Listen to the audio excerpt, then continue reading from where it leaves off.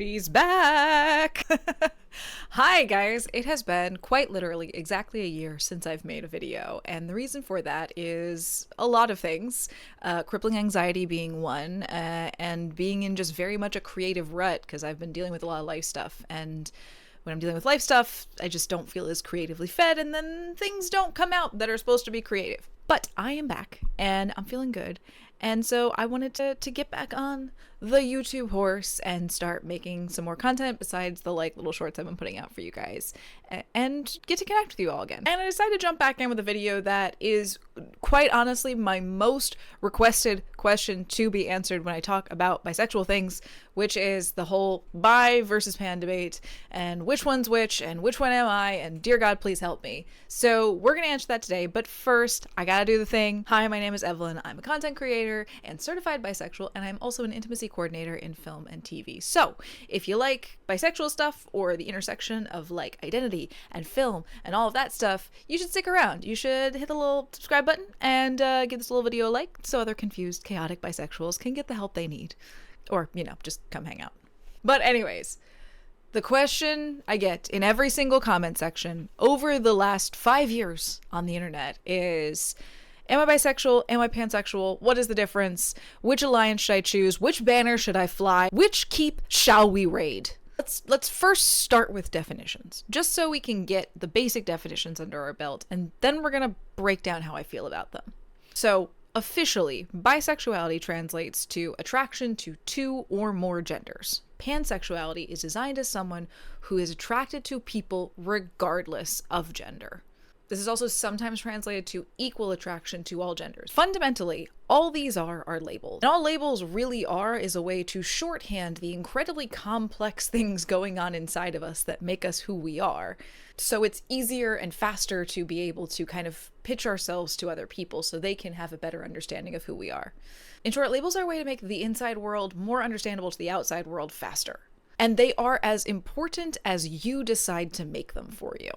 So if you're really stressing out about finding the perfect label for who you are, I want to encourage you to stop. Slow down, breathe. Finding the perfect label for yourself is in no way a requirement for living your most fulfilling life. And in fact, no one is owed a perfect explanation of who you are.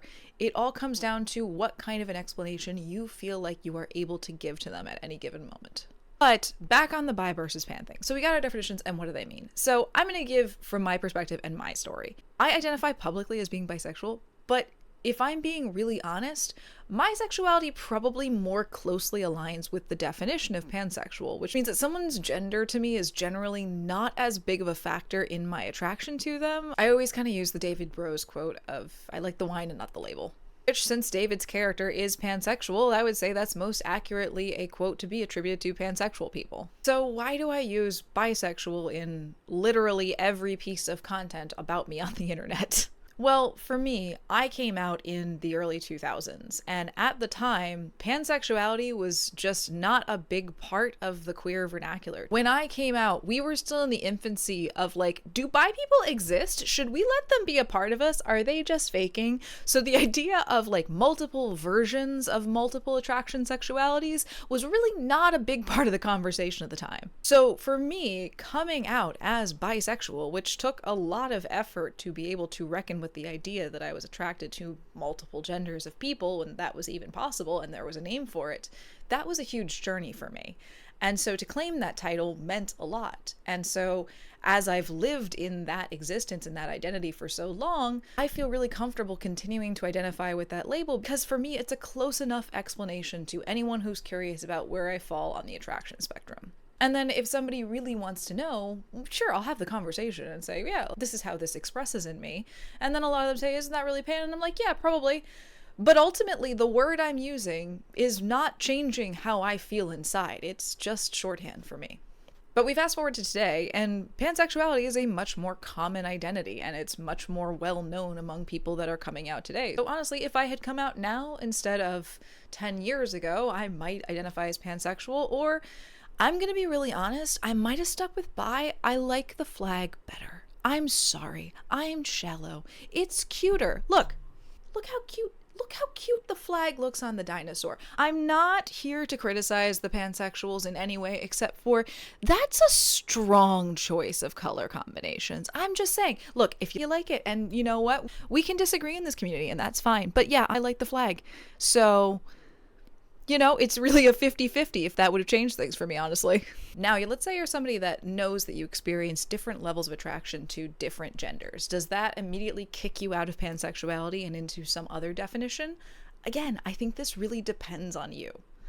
I would say definitionally, pansexuality does imply that there is relatively equal attraction across all genders. The label of bisexuality really doesn't account for degrees of attraction, simply that there is attraction to 2 or more genders. So I would say if you are searching for a term that gives you a little more wiggle room as far as degrees of attraction, yeah, bisexuality might be the better choice. But regardless of the label you choose today, you can change it.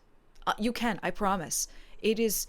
I mean, even if you get it tattooed, you can just scratch that puppy out and just...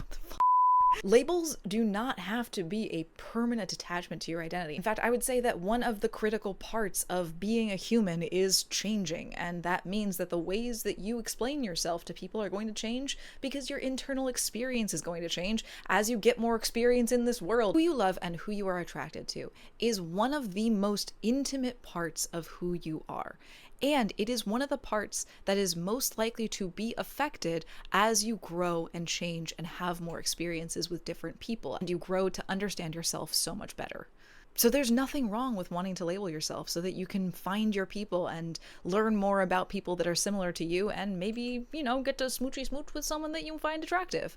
But as somebody who's been out for 10 years, all I ask is that you hold these labels with a gentle hand, understanding that the more you grow and the more you learn, the more those labels might become more and more true, or they might evolve and change over time as you understand more about yourself and the world around you. In short, I know as multisexuals, we tend to be prone to not being able to relax about anything ever. It might be the paralyzing lack of decision making, who knows? But however you identify shouldn't hold you back from holding space for new experiences and new understandings that might help you grow as a person and grow in your community and simply understand yourself a little bit better.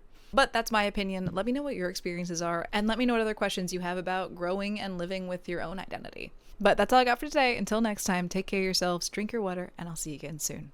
Ba-da-ba-ba-da-ba. Bye!